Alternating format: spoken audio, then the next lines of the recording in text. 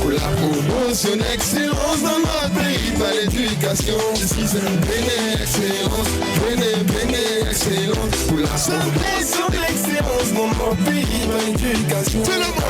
Bénin excellence, Bénin excellence pour la promotion d'excellence dans notre pays par l'éducation. La probabilité que vous allez retenir mon nom est très faible, mais vous pouvez m'appeler Assis. Alors, êtes-vous bien assis? Voici une petite histoire, j'espère que vous êtes toutes oui.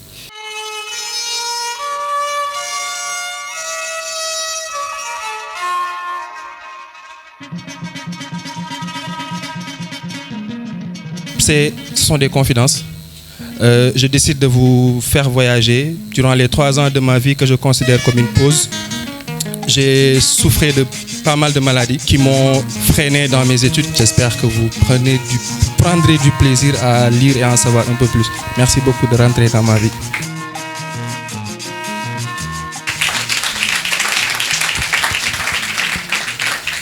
Ainsi se refermait ce 10 août 2024 l'école d'été d'écriture et de journalisme de la Fondation Vallée. C'était la 2e édition. 18 jeunes y ont pris part. Ils sont du Bénin, du Burkina Faso, du Burundi, du Cameroun, de la Côte d'Ivoire, de Madagascar, du Sénégal et du Togo. C'est ici qu'ils sont tous logés, à quelques encablures de la bibliothèque Bénin Excellence, abritée par la faculté des sciences de la santé, où se déroule cette formation. C'est donc ici qu'ils quittent tous les matins.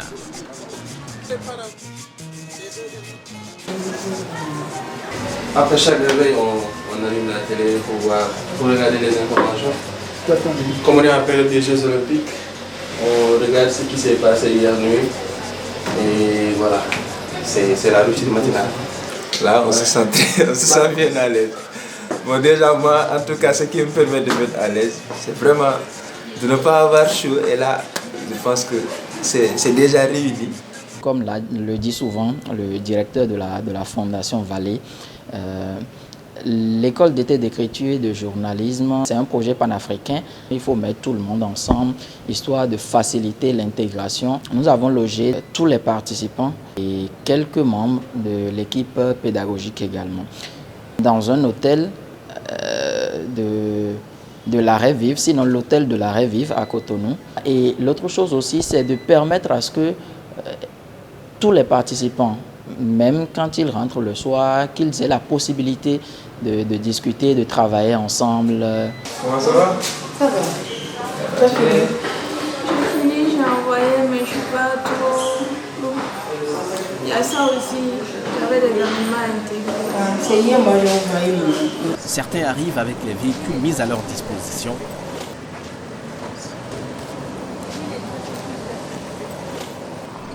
D'autres préfèrent y aller à pied.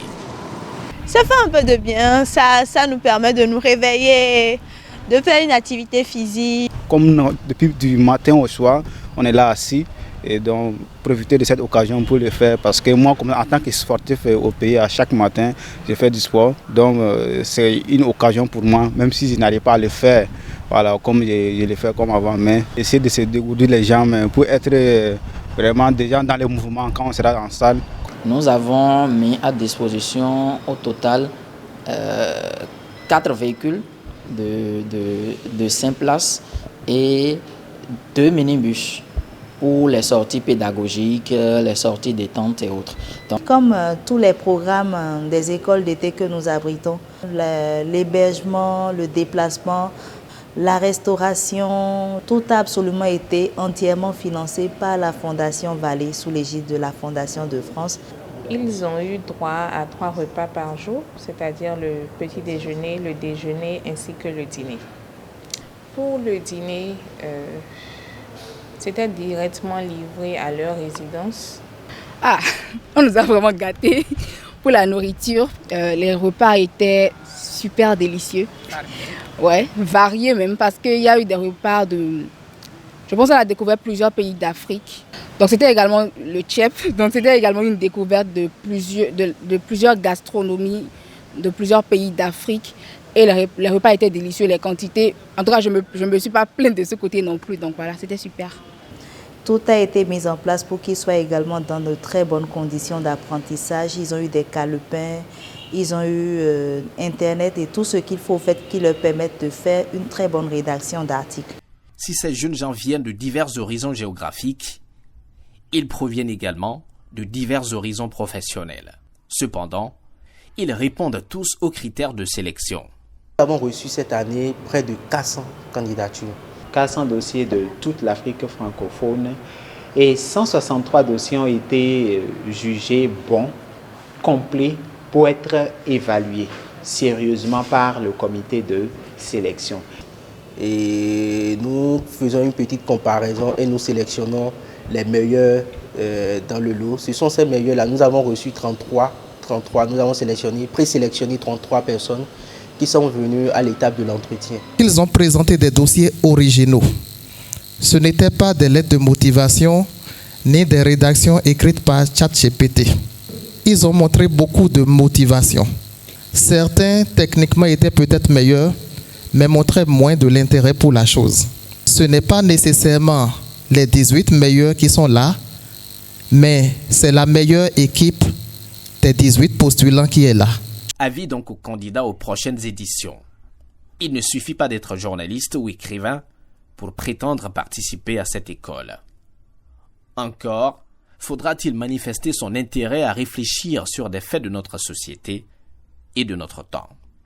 L'édition 2024 de l'école d'été sur l'écriture et le journalisme, en abrégé EEEJ, a porté sur penser l'humain, penser demain. Penser l'humain, P-A-N-S-E-R, penser demain, P-E-N-S-E-R. C'est une thématique qui s'ancre dans le domaine de la santé. Le domaine de la santé étant très vaste, nous avons décidé de faire un focus sur la santé mentale. Au total, 18 modules ont été réservés au domaine de la santé en général. Les droits et la santé sexuelle et reproductive, l'environnement, la pharmacopée africaine ont été également abordés. Et nous avons fait aussi un clin d'œil au tandem patient-soignant auquel nous avons consacré une conférence qu'a animée le doyen de la faculté des sciences de santé de Cotonou, le doyen Josué Avakudjok. Des conférences et des panels ont porté sur plusieurs aspects de la santé mentale. Aspects sociologiques, aspects culturels, aspects psychologiques, aspects thérapeutiques. Nous avons parlé de bien d'autres choses. Je pense là tout de suite au passé traumatique des peuples. Je pense là tout de suite au passé traumatique des peuples noirs. De quelle façon est-ce que cela impacte aujourd'hui le développement et le bien-être des Africains que nous sommes. Avant d'en parler, les 18 ont eu l'occasion de faire une immersion dans le passé de l'Afrique. Une sortie sur Ouidah, ville dont le nom est inscrit dans les annales de l'histoire de l'Afrique noire pour son rôle dans la traite négrière. C'était très symbolique pour nous d'aller à Ouidah, de refaire la route des esclavagisés, de faire une sorte d'immersion, d'essayer de nous reconnecter à ce que c'est nos aïeux, nos ancêtres. Et quand je dis nos ancêtres, c'est vraiment nos ancêtres africains ont ressenti ce qu'ils ont enduré. Ça nous a permis de nous connecter à cette histoire-là d'une certaine façon. Durant cette visite, j'ai beaucoup appris de mon histoire parce que tout au long de cette visite-là, c'est notre histoire, c'est l'histoire du continent qu'on a raconté à travers Ouidah, de la place du Piton, en passant par le marché des esclaves et le mur de lamentation. Ce sont des choses qu'on a lues à travers les livres, mais refaire le parcours, c'est le revivre. Et c'était vraiment, disons que c'était émouvant. Il fallait être fort pour... Parce que quand on vous raconte l'histoire en classe et puis quand vous la vivez en live comme ça, c'est pas... Et on réalise vraiment ce que nos ancêtres ont vécu. Il faut dire que je me sens lourde. j'ai gros sur le cœur. Ce qui m'a le plus marqué, c'est là où nous sommes, la porte de non-retour. Parce que même si je suis heureuse de découvrir tout ça, j'ai aussi ce sentiment d'amertume de savoir que nos ancêtres ont dû subir tout ça. C'est une rencontre avec l'histoire africaine, avec la culture. Et lorsqu'on marche à Ouidah, on a l'impression de se sentir également chez soi parce que l'Afrique a une histoire très liée. Et partout où on peut se retrouver, on a l'impression de se sentir chez soi. Et je trouve que l'Afrique a vraiment quelque chose vraiment à apporter à l'humanité.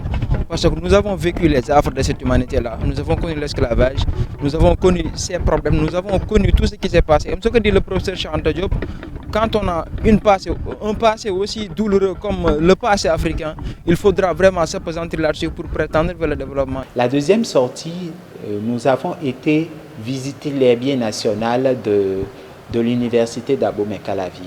Nous avons été au contact des plantes, des espèces végétales et animales. Nous avons écouté l'histoire de ce lieu-là et ça nous a permis de parler de vertus thérapeutiques et en bon africain de vertus spirituelles des plantes, ce qui nous a permis de revenir en salle pour mieux aborder le panel sur la pharmacopée africaine.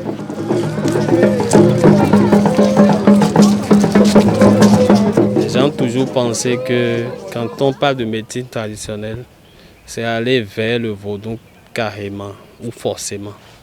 Ce n'est pas forcément ça. Il y a une bonne pratique de ce qu'on appelle médecine traditionnelle au Bénin. Et c'est unique dans la sous-région. C'est unique au niveau mondial. Et là, actuellement, nous sommes dans le marché des esclaves. La place aux enchères. Arrivé ici, au XVIe siècle, il y avait 5 nationalités qui venaient acheter les esclaves. Mais parmi ces 5 nationalités, on a les Portugais. Les Portugais étaient les tout premiers qui étaient venus à Ouidah. Ils étaient venus à Ouidah en 1580.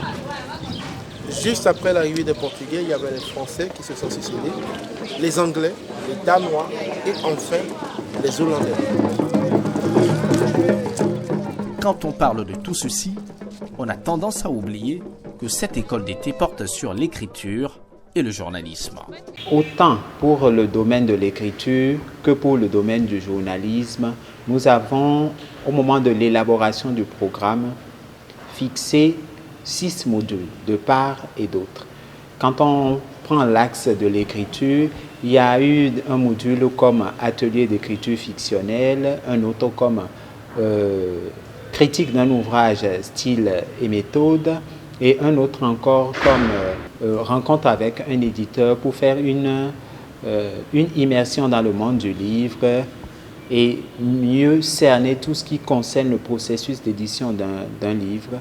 Pharmacien, médecin, informaticien, éditeur, écrivain, journaliste, communicateur, angliciste, diplômé en droit et j'en passe. Ces jeunes ayant déjà en partage l'écriture ont reçu les enseignements qui leur permettront de produire des œuvres de qualité. De l'autre côté, quand on prend l'axe du journalisme, nous avons eu plusieurs séminaires, à commencer par un atelier pratique sur le choix du sujet. Et faire cet atelier pratique-là les a aidés à mieux délimiter leur sujet, à mieux les angler pour pouvoir mieux traiter les informations et produire et rendre leurs différents articles. Nous avons eu un séminaire sur les genres interviews et reportages. Nous avons eu aussi un séminaire sur les genres analyse et portrait. Nous avons aussi eu un séminaire sur le genre enquête avec Monsieur Marcel Zoumenou. Tous ces enseignements, toutes ces instructions ont servi à produire la 2e édition de la Palabre, la revue de l'école d'été d'écriture et de journalisme. On y lira des articles comme « Réinventer la santé mentale en Afrique »,« Initiatives et solutions pour un avenir meilleur » ou « Déchets urbains, du poison dans nos eaux » ou encore « Dépression postpartum au Bénin, briser le mur du silence ». La cérémonie de clôture a été une occasion pour les participants de faire une brève présentation de leurs œuvres. Pour penser l'humain, je me suis dit que tous les moyens sont bons. Que le chat soit blanc ou noir pourvu qu'il attrape. C'est pour cela que j'ai jeté un regard sur la pharmacopée africaine, longtemps discriminée. Mon premier article, je l'ai intitulé « La pharmacopée africaine aujourd'hui face aux enjeux de demain ». Je me suis intéressé particulièrement aux défauts de démocratisation de la pharmacopée africaine. Est-ce que cela constitue une force ou une faiblesse? Précisément, nous ne sommes pas sans savoir qu'aujourd'hui encore, la pharmacopée africaine est entourée de secrets. Et cela constitue un véritable danger et surtout un handicap pour son éclosion et précisément pour l'éclosion de la médecine traditionnelle. Parce que cela rend quasi impossible la collaboration entre la médecine traditionnelle et la médecine moderne. Second article, et je remercie particulièrement M. Bazin qui m'a permis de découvrir cet auteur, ce philosophe camerounais Achille Mbembe. C'est sur son livre « La communauté terrestre » que j'ai rédigé cet article pour exposer la politique écologique de Achille Mbembe qui, tout en critiquant l'anthropocentrisme hégémonique occidental, a proposé en fait un ordre tout nouveau sur l'écologie en partant de la réalité africaine. Et pendant cette école, j'ai travaillé sur des articles dont le premier s'inspire des violences obstétriques que les femmes subissent pendant l'accouchement, pendant la grossesse et après. Et je me suis basée sur des expériences des personnes qui ont utilisé l'art pour la transformation de ces violences et qui ont réussi. Et je me suis demandé si eux ont réussi. Pourquoi nous, Africains francophones ici présents, nous ne pourrions pas utiliser aussi l'art pour transformer ces pratiques. Mon deuxième article, il s'interroge sur la santé mentale des génocidaires du Rwanda dans les différentes prisons où ils sont incarcérés. Merci beaucoup. Vous apprendrez plus d'informations en lisant mes articles dans la revue. J'ai écrit 2 articles. Le premier, c'est réinventer la santé mentale en Afrique. Dans un second temps, j'ai écrit un autre article sur l'héritage traumatique des peuples noirs et la voie de la guérison. Donc, l'Afrique, pendant des siècles, a été le théâtre de beaucoup d'atrocités. Et quand bien même nous ne l'avons pas vécu, nous héritons en fait de ces traumatismes-là à travers les récits et aussi à travers le phénomène de la transgénérationnalité. Et ce qui alimente chez certains la rage, la colère, l'envie de baisser les bras et tout ce qui va avec. Donc, je me suis dit qu'il serait très important de transformer ces ombres-là tout simplement en lumière. Donc, je vous prie de lire ces 2 articles et de découvrir les contenus. Dans le cadre de l'EEJ 2024, j'ai apporté ma contribution avec une réflexion sur Frantz Fanon et la santé mentale, répercussions dans le contexte postcolonial, en lien avec le thème de cette année qui est Penser l'humain, penser demain. Je m'appuie également dans mon analyse sur l'exemple de mon pays et des pays comme le Sénégal ou le Mali. J'ai donc exploré comment son idéologie révolutionnaire façonne encore notre compréhension de la santé mentale en Afrique. J'ai travaillé sur 3 sujets. Le premier, c'est la place des thématiques de santé dans les nouvelles parutions. Maintenant, dans le deuxième sujet, il s'agissait de faire une enquête intitulée « Accès au savoir et à la connaissance cas des bibliothèques Bénin Excellence ».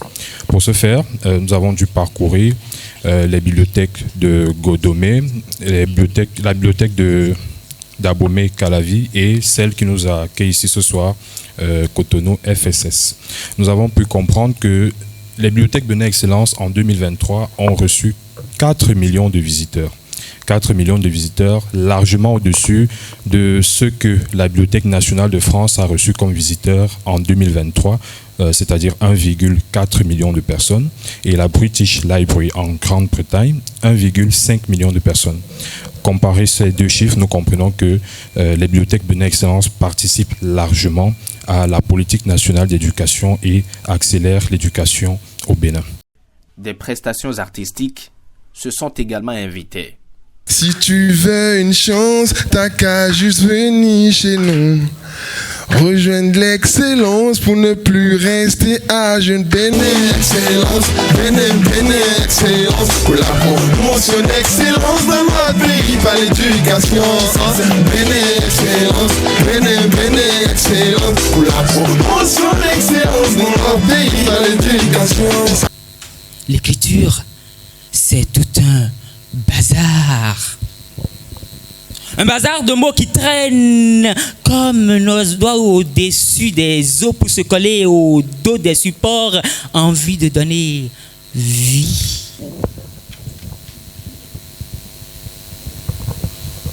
Oui, dis-moi.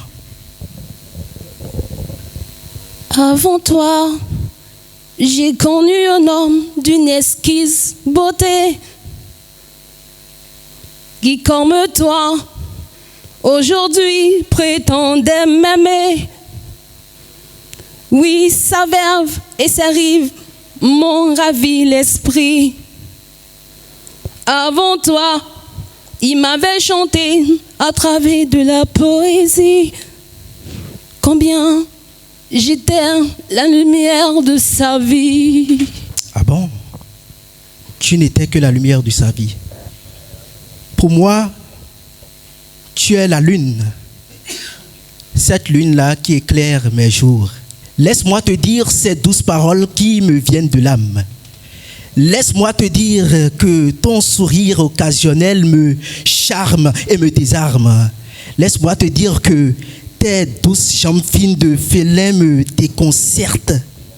Je les regarde avec passion et frisson et je perds la tête. Laisse-moi te dire que ta beauté est un appel. J'ai beau résister, même sans forfait, faudrait que je te rappelle. Laisse-moi te dire que ton accrochante démarche de combattante me hante et assure ma détente. Laisse-moi te dire que près de toi, je suis moi sans émoi, que quand je pose près de toi, véritable toi, je suis quoi? Je me sens roi. J'ai beaucoup à donner, mon cœur se libère des cicatrices. Oui, j'ai beaucoup à donner, pourrais-tu m'aimer sans me blesser? N'est-ce pas une autre promesse?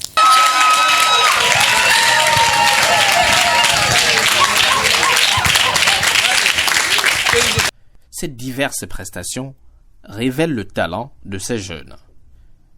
Ok, merci beaucoup pour l'honneur que vous nous faites à la FSS d'abriter cette cérémonie de révélation des talents. Et les talents ce soir, j'en ai vu. Et nous avons à la FSS inhumé il y a 2 jours un de nos pères fondateurs, pour soi les Honou Zeb, pour ne pas le nommer. Je disais dans mon discours qu'il peut dormir en paix parce que son legs est de bonne main. Et ce soir, cela se confirme. Les aînés peuvent s'endormir en paix parce que la relève est assurée et je ne peux que féliciter M. Oudon Vallée et Loge Béni Excellence. Si j'avais été candidat, ce n'est pas sûr que j'aurais été sélectionné, tellement ils sont bons. Mais ils ont été encadrés par une équipe de choc également. En raison de la qualité de leur participation, 4 des 18 jeunes ont été distingués par l'équipe d'encadrement. À l'issue des 2 semaines, 4 personnes ont été distinguées, c'est vrai. Juste parce qu'il y a eu des critères qui ont été définis et par rapport auxquels certains se sont illustrés plus que d'autres. Comme à la première édition, 4 participants se sont partagés 3 prix, à savoir le Grand Prix, le prix Meilleure Plume et le prix Étoile Montante. Quand nous prenons la distinction Meilleure Plume par exemple, elle est attribuée à un profil non journaliste. C'est-à-dire que c'est une personne qui est homme de lettres, homme ou femme de lettres, qui a tout de suite tapé dans l'œil du comité pédagogique par sa plume. C'est une personne qui était disposée à écouter, à partager ses idées et à intégrer les observations qui lui ont été faites. Dans cette catégorie, c'est le Béninois Edmond Batossi qui a été distingué. Il succède ainsi à Laurette Yekon du Bénin.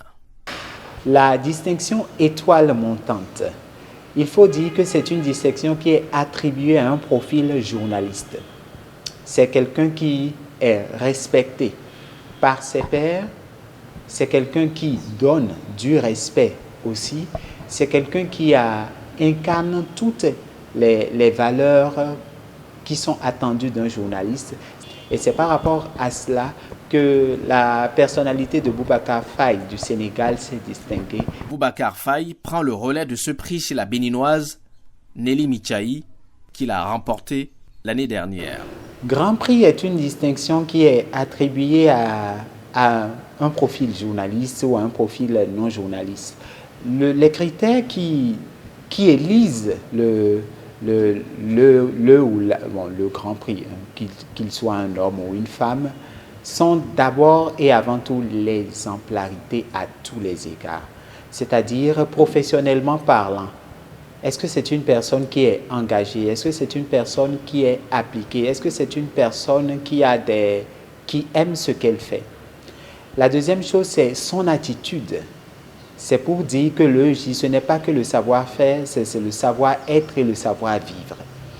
Et un autre critère, par exemple, c'est est-ce que cette personne-là a progressé tout au long de l'EJ? Un critère parmi tant d'autres, c'est quelles sont ses perspectives après l'EJ? Est-ce qu'elle a envie de faire carrière dans ce métier? À l'instar de la première édition, 2 personnes ont remporté ce prix. Il s'agit de Denia Toubawa et Ardiès Siano, toutes 2 du Bénin. Elles succèdent au Sénégalais Djibril Diallo et la Béninoise Oulfat Bouraïma. Je suis très honorée, je suis fière en même temps. Il y a plusieurs émotions qui m'animent en même temps. Comme on le dit, les souffrances sont payées, donc les nuits blanches sont payées. Je dédie ce prix à toute la promotion EIJ 2024 parce que durant ces jours, ça a été vraiment un moment de fraternité, de solidarité. On s'est tous serré les coudes. Je suis très émue parce que je dois avouer que je ne m'y attendais du tout pas. C'est vrai que quand je suis venue à l'école, j'ai essayé du mieux que j'ai pu d'être assidue, d'être sérieuse, de suivre les enseignements, mais je ne m'y attendais vraiment pas. Quand je suis venue, j'ai découvert des profils magnifiques de personnes. Donc sincèrement, c'est une grande joie pour moi, mais c'est également une motivation pour continuer, pour m'améliorer et pour aller très loin. L'école d'été d'écriture et de journalisme trace déjà des orientations et suscite des idées de projets. EJ. EJ. En quittant ici, à l'issue de cette formation, je repars avec plusieurs idées de projets, bien nourries d'ailleurs, parce que à la base, je suis venue là avec un projet d'écriture sur un documentaire. J'ai découvert des sujets sur la santé. C'est vrai que sur la santé vraiment passionnant et très peu connu. Donc ce sont des sujets sur lesquels j'ai formulé des sujets d'enquête, des sujets de reportage, des sujets d'analyse. Donc très sûrement, je repars d'ici avec une bonne série, je dirais même des dossiers d'articles à produire. À l'issue de cette école, je compte vraiment aiguiser mes compétences, mon écriture vraiment dans les domaines scientifiques sur la question spécifique de l'eau. Parce que pour cette école, toutes mes thématiques, mes articles tournent autour de ça, les déchets urbains, la question de l'eau. Et ça mérite d'être vraiment posé sur la table. Et nous, en tant que journalistes, je compte être vraiment parmi ceux. Même si ce n'est pas en Afrique, dans le monde, on dit que non, quand on parle de questions de l'eau, on dit voici un journaliste, il s'appelle Dodao, qui traite ça de façon efficace et professionnelle. Ces jeunes talents sont à suivre absolument. Ils incarnent l'avenir de la presse et de l'art en Afrique.